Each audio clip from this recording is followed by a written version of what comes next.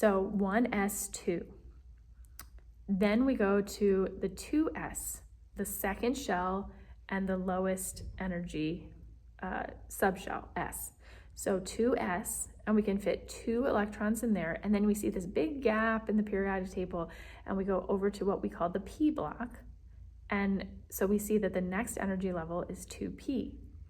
And p, there are 3 orbitals, so there's a maximum of 6 electrons that can fit in the p subshell.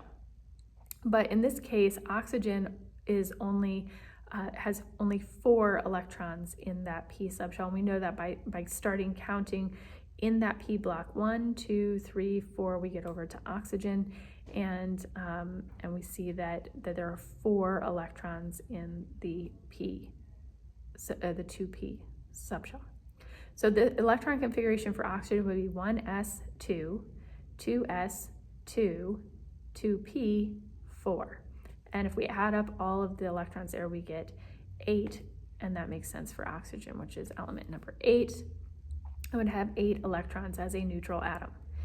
Okay, let's talk about Hund's rule for oxygen. If we wanted to represent this instead of as an electron configuration, but as an electron diagram or an energy diagram for this, we would look at placing these orbitals in order, where the lowest energy level, 1s, would become the lowest, and then the 2s would be a higher energy than that, and 2p would have 3 orbitals all at the same energy level higher than the 2s.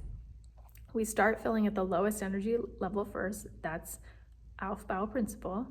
We put 2 electrons in there because there's a maximum of 2 electrons per orbital. That's the Pauli exclusion principle, Pauli pairs, 2. And we indicate those with an up arrow and a down arrow. That's where we represent that spin, right? The spin up and the spin down. So we put 2 electrons, 1 up, 1 down, and 1s. Then we go up to 2s, and we put in 2. Then we go up to 2p, and here's where Hund's rule comes into play. Hund's rule says that we're not going to share orbitals until they're all full. So we start writing 1 up in each orbital. And then we do have to share because we have 4 electrons, so we go back to the first one and we put a down arrow. We see that oxygen has 2 arrows that are pointing up. So one thing that we didn't discuss very much last year, but that does have to do with the spin of the electrons is magnetism. And so if you have unpaired electrons in orbitals, they tend to have the same spin. And those, when you have more of those, the more that you have, the more likely that you have this magnetic type of interaction. So elements that have a lot of unpaired electrons in orbitals tend to be magnetic. Now oxygen only has 2, and we don't see oxygen being especially magnetic, especially since it bonds to other things and fills those orbitals as bonds. Where you start to see magnetism is more in the D block, when you have 5 orbitals and you can have lots of unpaired electrons and also neutral atoms. So metals commonly are neutral. All right, so enough about that. Let's practice some electron configuration problems. So our first AP example, it has to do with selenium. Go ahead and pause the video, try this one out on your own. Okay, so selenium we see is in the 4th row of the periodic table, which means that it's going to have a shell 4, and so we can eliminate A and B because those both only go up to the 3rd shell. So the difference between C and D is the number of electrons in that 4p orbital. Selenium is in the p block, so the last one should be a p orbital. So we need to know how many are in there. So we count over from starting at the beginning of the p block, 1, 2, 3, 4, and we see that selenium should have 4 electrons in the 4p orbital, meaning that this answer, the correct answer, is C. Okay, one more. This one is an open-ended question. I only picked 2 questions for this video because I knew it was going to be a little bit longer with the extra explanation. So this is your last one. Pause the video, see if you can write out the electron configuration for a very large atom, livermorium, and then unpause the video when you are ready to check your answer. All right, so we're going to start at the beginning using the Aufbau principle and work our way down to livermorium, going across the rows of the periodic table to remember what order these orbital or the shell, subshell come in. All right, so we start with row 1 and we have 1s and it's filled with 2. Then we drop down to the second row, so this is 2s and it's filled with 2, and 2p and it's filled with 6. Then we drop down to the third shell and we get 3s and it's filled with 2, and then we jump over to the p block, so this is 3p and it's filled with 6, and then we drop down to the next one. So 4s, 2.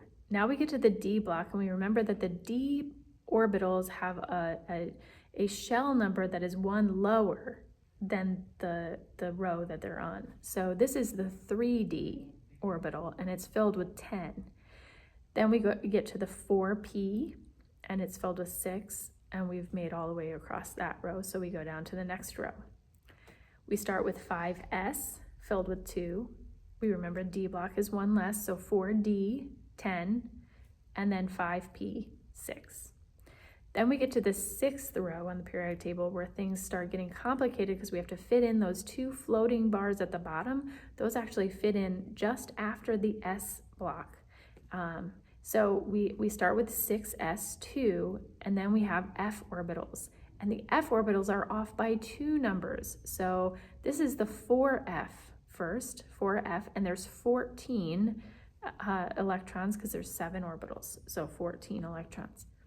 Then we have to do the D block, which is 1 less than the row that we're on. So this is 5d, 10. And then we're back up to the P block, which is the normal number for the shell. So this is 6p, 6. Now we go to the last row on the periodic table, and we start at the beginning, 7s, 2, 5f, 14, 6d, 10, and 7p, how many? We count from the beginning of the P block, 1, 2, 3, 4 puts us at livermorium, and so we put a 4 in the 7p subshell. That's exhausting. Now remember that you can use also this thing called the noble gas configuration, where we say all of this stuff above the 7th row on the periodic table could be summed up as the element radon, which is the noble gas immediately above the 7th row. So we could say radon, Rn, in brackets, and then only put the 7th row designation for the electrons, and that would be called the noble gas configuration, which is acceptable on the AP exam. So if you remember how to do that, really helps when you get all the way toward the bottom in these complicated elements. All right, that's it for this video. It's a little bit of a long one, but I do think it's very important that you have some connection to what you're doing, even though the process is somewhat simple, and you're gonna get it easily when you practice. But remembering that it is tied to something that's way more complicated and way more exciting for like the future of your chemical knowledge is important. So you're done with this video.